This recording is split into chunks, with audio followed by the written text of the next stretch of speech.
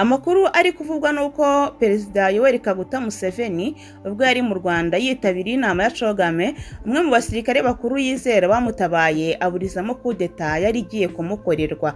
Nyuma yo kumenya ayo makuru, Museveni wahisemo kutanyura inzira y'ikirere, ahubwo ahitamo gutaha aciye iy'ubutaka akambika ahitwa Intungamo kugira ngo abanze yumve neza uko ibintu byari byifashe.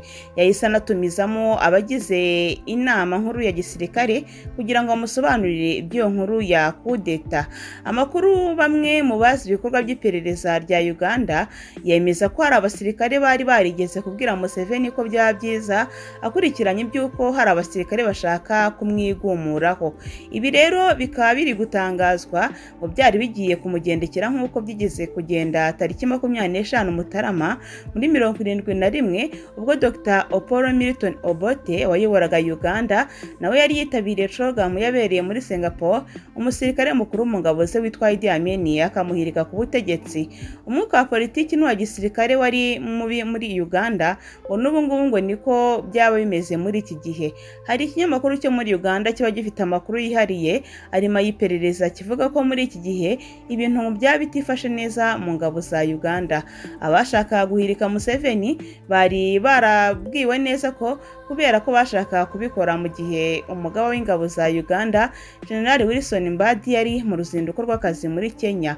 Umwungirije witwa Lieutenant General Peter Elweru yamenye iby'uko abo bashaka gukora iriya kudeta bitwaje ko Museveni n'uwo Mbadi batari mu gihugu, hanyuma afata ingamba zaburijemo igikorwa cya kudeta yari igiye kumukorera.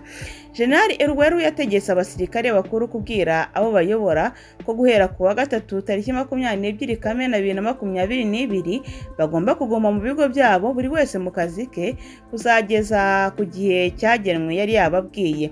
Nibwiriza ryategaga ko nta musirikare mukuru ugomba kuva mu kigo cye kugeza ibintu bisubiye mu buryo. Uyu General Mbadi yari mu ruzinduko muri Kenya mu nama y'abagaba b'ingabo bari bagiye kuganira ku kibazo cya M23 imaze iminsi yarabajiye ikibazo ubutegetsi bw'Kinshasa. Umusirikare mukuru General Peter Elweru n'umusirikare mukuru wiyemeje kuba indahemuka ku butegetsi bwa Museveni icyo yamusaba cyose. Aherutse no gukoresha imbaraga ahabwa itegeko ndetse n'ipeti rye yahawe na Perezida Museveni kugira ngo aburizemo ibisa n'ibyiza kuba mu mwaka wa 1971. Ni ibintu rero bavuga ko byari bigiye kuba kuri Museveni mu gihe batari bari mu gihugu, mu buryo busa n'uko byagenze mu minsi mike ishize mu 1971. Obote yari yaraburiwe ko hari abitegura kumuhirika ku butegetsi, ariko asanga ibyo bitamubuza kujya muri Cogame. Kujya rero ngo kwe niko kwatumye intebe yicabwaho n'undi. Nyuma yo kumuhirika ku butegetsi, abasirikare bahise bafunga ikibuga cy'indege cya Entebbe kugira ngo indege ye itabona aho igwa. Ibifaru nabyo byatangiye kuzenguruka mu mihanda y'i Kampala, gusa hari amasasu make yumvikanye hafi y'ikigo cyigisha abapolisi.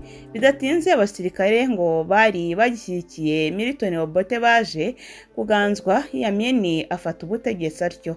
Ngibyo byari bigiye kuba kuri Perezida Museveni mu minsi mike ishize. Peter Elweru ariko ukomoka muri Uganda abikoma mu nkokora aburizamo iyo kudeta.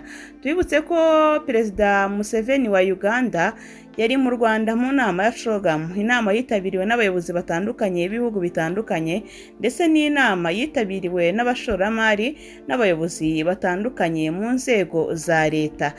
Hanyuma rero Museveni nawe akimara kugera ku butaka bwa Uganda yahise agira icyo atangaza ku bijyanye n'u Rwanda ndetse ashimira abanyarwanda uko bamwakiriye, haba ava muri Uganda aza mu mujyi wa Kigali, haba asubira muri Uganda avuye mu Rwanda.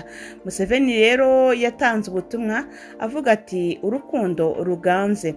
Perezida Yoweri Kaguta Museveni mu gihe yari amaze mu Rwanda yongeye gushima abanyarwanda bamwakiranye ikaze ndetse n'urukundo bamugaragarije ubwo yari atashye. Hari kuwa kane tariki 23 Kamena 2022 nibwo Perezida Museveni yageze mu Rwanda yitabiriye inama ya CHOGM yabereye i Kigali. Ku mupaka wa Gatuna yinjiriyeho n'abandi yagiye anyura hose kugeza mu mujyi wa Kigali, yagiye yereka urugwiro ndetse n'urukundo n'abanyarwanda babaga bari ku mihanda mu buryo akigera mu Rwanda yashimye uko yakiriwe. Nyuma y'iminsi 3 we n'abandi bakuru b'ibihugu bari mu bikorwa bitandukanye, ku wa gatandatu tariki 25 Kamena nibwo uyu mukuru w'igihugu yasoje uruzinduko rwasubira muri Uganda akoresheje inzira y'ubutaka. Nkuko byagenze n'ubundi aza no kuri uwo munsi wo gutasubira muri Uganda kuva ku Muhima, Nyabugogo, Karuruma, hose hari huzuye abaturage bagendaga bamusezeraho ndetse bagaragaza ko bishimiye uruzinduko rwe. Perezida Museveni yabinyujije nayo kuri Twitter yagaragaje ko yishimiye cyane urugwiro yeretswe n'abanyarwanda, yemeza ko ari abavandimwe. Ati nyuma yo kwitabira ibikorwa byo gusoza inama ya CHOGM nasubiye mu rugo nkoresheje umupaka wa Gatuna. Ndashimira abavandimwe bacu b'abanyarwanda, bitari gusa kubera ko banyakiriye mu gihe nahamaze, ahubwo no kubera uburyo bansezeye kuva i Kigali kugera i Gatuna. Ati murakoze cyane, reka urukundo uruganze. Ni ubutumwa rero bwa Perezida Museveni bwari werekejwe n'amashusho amugaragaza ava mu mujyi wa Kigali yerekeza ku mpaka wa Gatuna. Ari hashize imyaka isaga 5 Perezida wa Uganda Museveni atagera mu mujyi wa Kigali cyangwa se ngo agire uruzinduko mu Rwanda, bitewe n'ibibazo by'umubano mubi wari umaze igihe hagati y'u Rwanda na Uganda. Ni ibibazo byaturutse ku kuba u Rwanda rwaragiye rushinja Uganda guhohotera abanyarwanda no gukorana n'imitwe ishaka guhungabanya umutekano w'igihugu. Umubano w'ibihugu byombi watangiye kuzanzamuka ubwo Uganda n'umugaba mukuru w'ingabo z'iki gihugu zirwanira ku butaka, akaba n'umuhungu wa Perezida Museveni Lieutenant General Kainerugaba yagiriraga uruzinduko mu Rwanda ndetse akabona na Perezida Paul Kagame mu ntangiriro z'uyu mwaka. Kugeza ubu ibihugu byombi byemeza ko ibiganiro bigamije kongera kunoza umubano bigeze kure kandi ko hari icyizere cy'uko u Rwanda na Uganda bizongera kubana nk'ibihugu by'inshuti.